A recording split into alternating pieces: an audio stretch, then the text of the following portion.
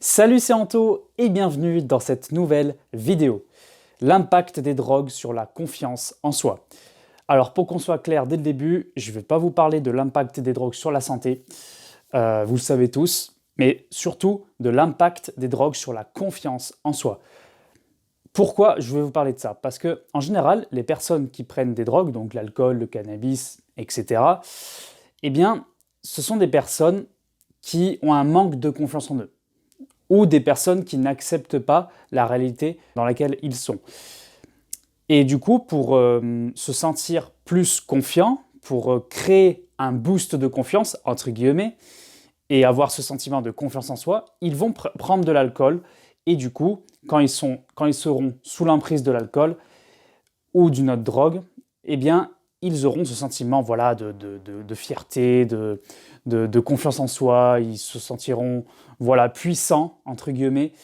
Mais le problème, c'est que quand on fait ça, quand les personnes font ça, qui sont sous l'emprise des drogues, eh bien, quand ils n'auront plus les effets justement de ces substances, eh bien, ils auront encore moins confiance en eux qu'à la base, en fait. Parce que de base, ce sont des personnes qui n'ont pas confiance en eux, mais vu qu'ils vont essayer de booster leur confiance, en fait, c'est comme ça que ça se passe. En fait, là, c'est le niveau de confiance des personnes.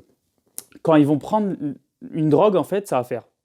Ça va augmenter sur le coup, mais le problème, c'est que dès qu'il n'y aura plus les effets, eh bien, ça va diminuer encore plus. Parce que de base, elle est là, leur confiance, mais du coup, après avoir pris une drogue, ben, elles seront là, du coup. Enfin, le niveau de confiance en soi des personnes sera en dessous du niveau qu'ils avaient avant. Et du coup, ça va diminuer au final. À force de prendre des drogues, ben, le niveau de confiance des personnes va diminuer progressivement. En général, les personnes qui prennent des drogues, par exemple, ça peut être les timides. Les timides qui n'osent pas parler, ils vont se dire « Ah ben vas-y, je vais prendre de l'alcool pour mieux parler, pour aborder une fille, pour parler à plus de gens, pour me sentir plus social. » Les timides qui font ça vont plus parler. Quand ils vont boire de l'alcool, ils vont se sentir plus sociables, entre guillemets. Est-ce que ces personnes-là, ils vont vraiment être soi-même? Ben non.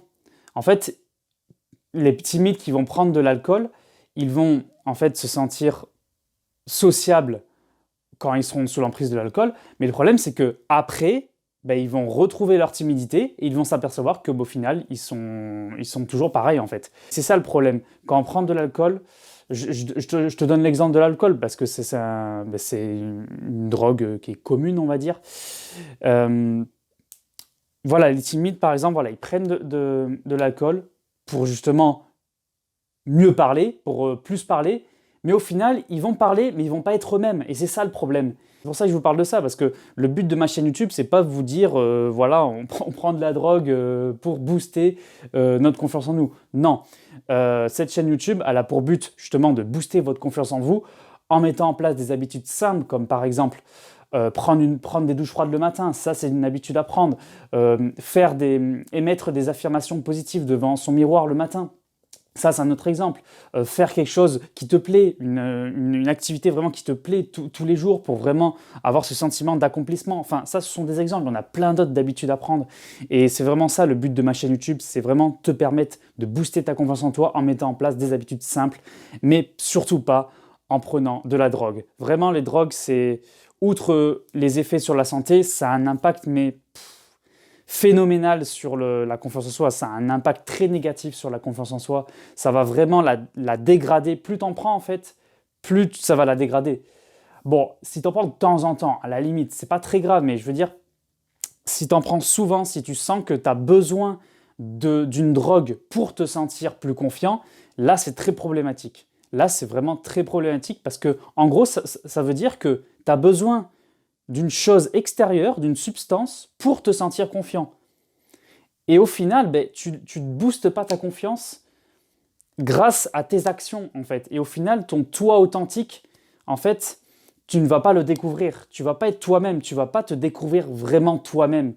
Tu ne vas pas vraiment savoir ce que c'est avoir confiance en soi, parce que déjà, de un, quand tu es sous l'emprise d'une drogue, en général, ben, on ne se souvient pas trop de ce qui s'est passé. Et du coup, tu seras pas vraiment ce que c'est avoir confiance en soi dans la réalité, dans la vraie vie, sans substance, sans rien en fait. C'est la fin de cette vidéo, j'espère que cette vidéo t'a fait prendre conscience de certaines choses par rapport à la drogue et à la confiance en soi. Je te remercie pour ton écoute. Donc n'hésite pas à me laisser un pouce bleu, à me laisser un commentaire et à t'abonner à ma chaîne YouTube si le type de contenu que je te propose t'intéresse. Et sur ce, je te dis prends soin de toi et je te dis à la prochaine pour une nouvelle vidéo. Ciao ciao!